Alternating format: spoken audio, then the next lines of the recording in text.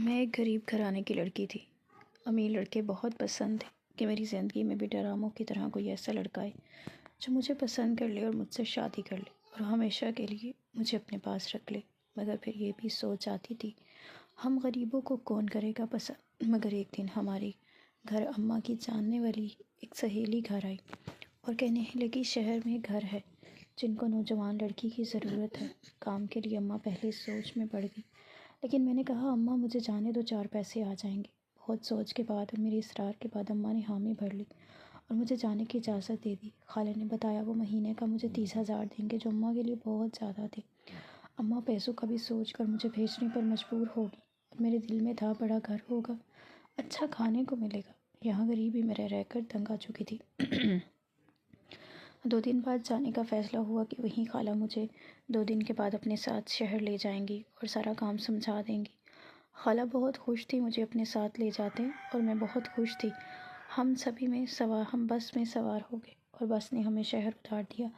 خالہ مجھے اس بڑے سے بنگلے میں لے گئی جہاں مجھے کام کرنا تھا اور دن رات مجھے وہیں پر رہنا تھا۔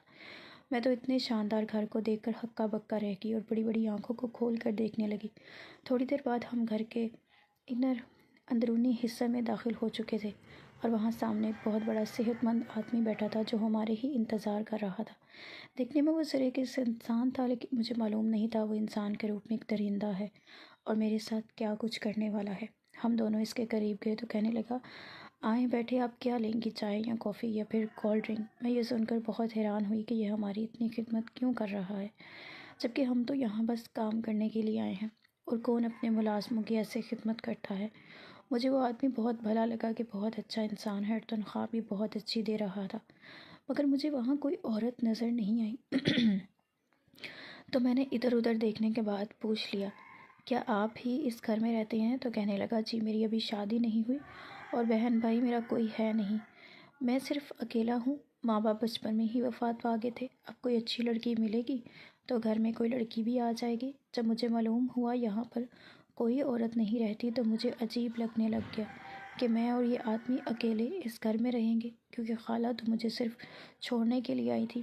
میں خالہ کو آنکھوں آنکھوں میں کہنا چاہ رہی تھی کہ مجھے یہاں اکیلے مرد کے درمیان کام نہیں کرنا، واپس چلتے ہیں، مگر خالہ سمجھ کر بھی سمجھ نہیں رہی تھی میری بات، جس پر مجھے حیرت ہوئی کہ خالہ ایسا کیوں کر رہی ہیں، مگر میں نہیں جانتی تھی کہ خالہ بھی ہمارے ساتھ کتنا بڑا دھوکہ کر رہی ہیں۔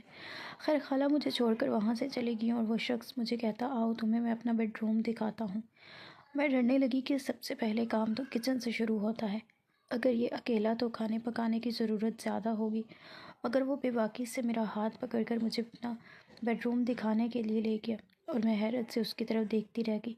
جیسے ہی مجھے اپنے بیڈ روم میں لے کر گیا تو میں اس کمرے کو دیکھتی رہ گئی۔ جہازی سائڈ بیس، خوبصورت فانوس، اتنا وسیع کمرہ کہ میں نے اپنی زندگی میں پہلی بار دیکھا تھا۔ میں کہنے لگی، صاحب جی آپ مجھے یہاں پر کیوں لے کر آئے ہیں؟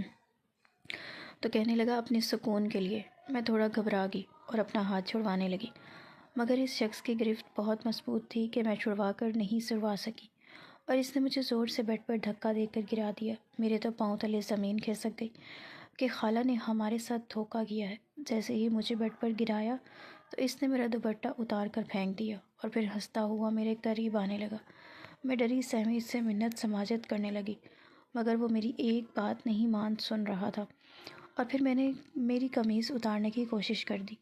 میں نے خود کو چھڑوانے کی بہت ناکام کوشش کی، مگر وہ شخص میری قمیض اتار کر زمین پر پھینک چکا تھا اور اب صرف میرے بدن پر بلیک کلر کی برا تھی۔ میرے ابھار کا سائز بہت بڑا تھا جسے وہ دیکھتے فدا ہونے لگا تھا اور ہاتھوں سے دبانے لگا تھا۔ میں کم سن نوجوان تھی، میرے جذبات اس کے ہاتھ لگانے سے بہک رہے تھے اور پھر اس نے مجھے نیچے سے برہنہ کر دیا۔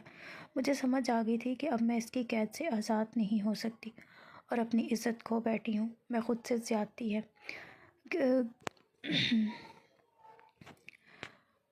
میں خود سے زیادتی ہرگز بھی نہیں چاہتی تھی کہ کوئی بے شک امیر ہو اور میری عزت کی دھجیاں اڑا دے۔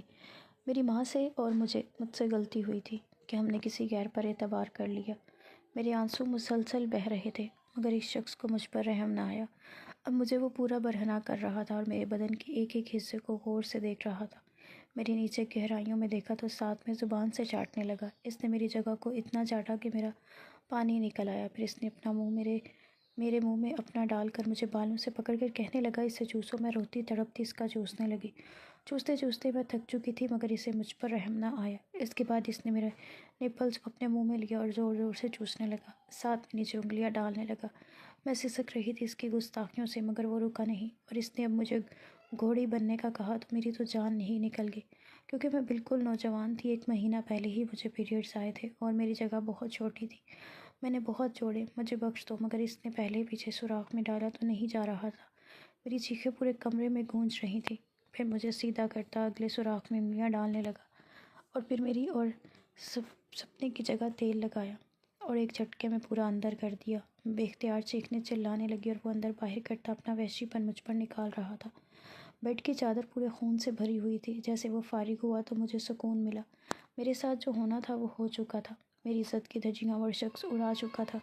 ابھی بھی اس کا دل بھرا نہیں تھا۔ کہتا، اب تم ٹانگیں اوپر اٹھاؤ گی اور میں تمہارے اندر ڈالوں گا۔ اس نے میری ٹانگیں اپنے کندھے پر رکھی اور میری چیخیں نکلواتا رہا۔ زوردار جھٹکے دیتا اس نے خود کو فارغ کیا اور پھر مجھے واش روم میں لے گیا، جہاں پہلے سے ہی ایک بڑے سے ٹب میں گرم پانی جمع تھا۔ اس نے مجھے اس میں لٹا دیا اور خود بھی آ کر لیٹ گیا اور اپنا بڑا سا میری گہرائیوں میں مسلنے لگا۔ اب مجھے ایسا کرتے میں سکون ملنے لگا اور میں خود بھی اس کا ساتھ دینے لگی۔ وہ کبھی میرے دودھ سے کھیلتا اور کبھی میری نچلی جگہ سے۔ میری نچلی جگہ اب سوج چکی تھی۔ جیسے ہم نہا کر باہر آئے تو میں اس پر برسنے لگی کہ تم نے میری عزت خراب کی۔ ہم غریبوں کے پاس صرف ایک عزت ہوتی ہے، وہ بھی تم نے خراب کر دی۔ مگر اس شخص کو میری کسی بات کا اثر نہیں ہوا۔ کہنے لگا، اتنی بھاری قیمت ادا کی ہے ایک گنواری لڑکی منگوانے کے لیے؟ تمہاری یہ خالہ کا کاروبار ہے، وہ آئے دن کوئی لڑکی لاتی ہیں اور مجھ سے بھاری قیمت وصول کرتی ہیں۔ میں یہ بات سن کر بہت حیران ہوئی۔ خالہ ایسا کام کیسے کر سکتی ہیں؟ میں نے سوچ لیا، میں واپس گاؤں بھاگ جاؤں گی یہاں سے بہت جلد، اور اماں کو جا کر سب بتاؤں گی کہ کس طرح خالہ نے ہمیں دھوکہ دیا ہے۔ اگلی صبح وہ آفس چلا گیا۔ میں گھر پر اکیلی تھی، لیکن بھاگ نہیں سکتی تھی۔ ہر طرف سخت پہرے لگے ہوئے تھے۔ میں نے گھر کے کام کیے اور کھانا بنا کر بیٹھ گئی۔ شام ہونے والی تھی اور وہ شام سے پہلے گھر واپس لوٹ آیا تھا۔ آج بھی اس نے میرے جسم کو بہت اذیت دی تھی، اور میرے بعد ایک اور چھوٹی سی بچی کے ساتھ زیادتی کی میری آنکھوں کے سامنے، اور میں کچھ بھی نہیں کر سکی۔ اگلے روز آفس کے لیے نکلا تو تھوڑی دیر بعد گھر میں خبر آئی کہ گھر کے مالک کا کار ایکسیڈنٹ ہو گیا ہے اور بری طرح زخمی ہے، دونوں ٹانگیں کٹ چکی ہیں۔ میں ایسا اس کے لیے بالکل نہیں چاہتی تھی، مگر اللہ نے اس کو اس کے گناہوں کی سزا دی، اور میں واپس گاؤں چلی گئی اور اپنے اماں کو سب کچھ بتایا۔ اماں بہت پریشان ہوئی کہ اب مجھ سے شادی کون کرے گا، لیکن اماں مجھے واپس اس شخص کے گھر لے گئی اور میرا نکاح اسی سے کروا دیا۔ اب شخص کی بیماری کی وجہ سے عقل آ چکی تھی، اور میں نے 4 سال مسلسل اس کی خدمت کی اور وہ دوبارہ اپنے پاؤں پر چل سکا۔ اب میں اس کے 2 بیٹوں کی ماں ہوں، اور وہ شخص اب میرا شوہر ہے، اور ایک نیک شوہر جو 5 وقت کی نماز ادا کرتا ہے اور اللہ سے اپنے گناہوں کی توبہ کرتا ہے۔ لیکن اس کہانی سے یہ سبق ضرور ملا ہوگا کہ کسی بھی پیسوں کی خاطر اپنے بچے دوسروں کے حوالے نہیں کرنے چاہیے۔